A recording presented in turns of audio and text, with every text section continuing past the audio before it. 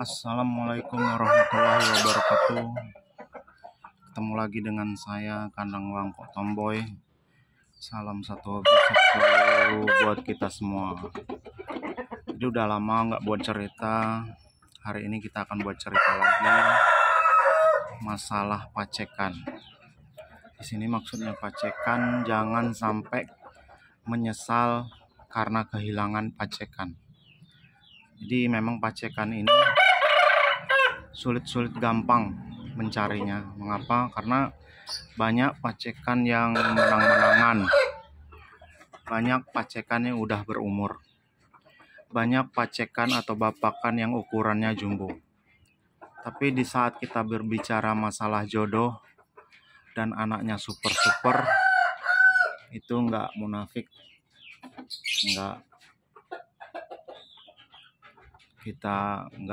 maksudnya di sini nggak akan terulang kedua kalinya.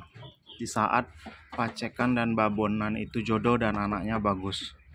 Jadi pacekan ini memang harus seleksinya memang harus sulit sekali, termasuk sulit. Karena kenapa? Karena jodoh pacek dan babon dan dere itu dilihat dari kualitas anaknya. Jadi bukan dilihat dari ukuran pacek dan ukuran babonnya. Jadi di saat babon itu berjodoh dengan pacekan itu, otomatis juaranya akan tetap dipertahankan.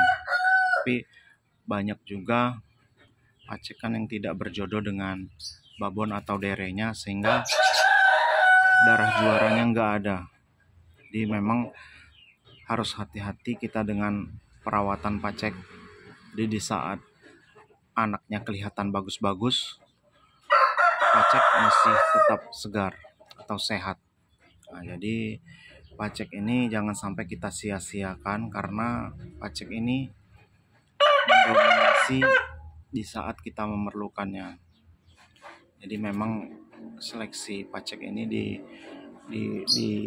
bisa dikatakan cukup lama, karena kita melihat anaknya, lihat juaranya itu di usia anak 8-9 bulan.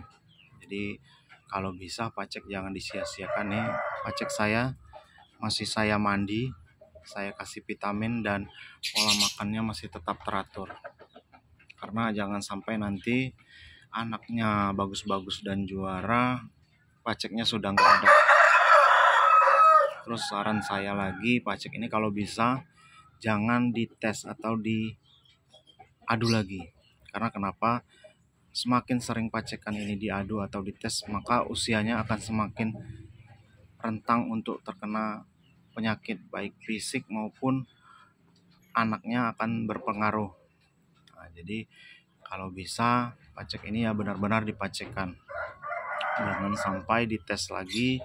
Karena ya pacek kalau udah cacat buta dua-dua ya nggak ada gunanya. Kalau udah patah kakinya sulit untuk kawin lagi. Jadi kalau bisa pacek ya benar-benar dipacekkan dan dirawat bagus-bagus dan dikasih vitamin, karena nggak akan terulang kedua kali mendapatkan pacek yang sama.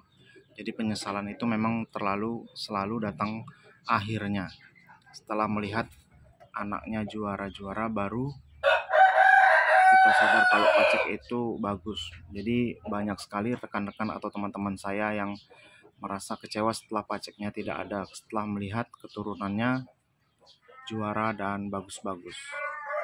Jadi memang sepele, tapi ya itu adanya. Pengalaman dari rekan-rekan dan saya itu pun pernah terjadi. Jadi jangan sekali-sekali menyia-nyiakan pacek.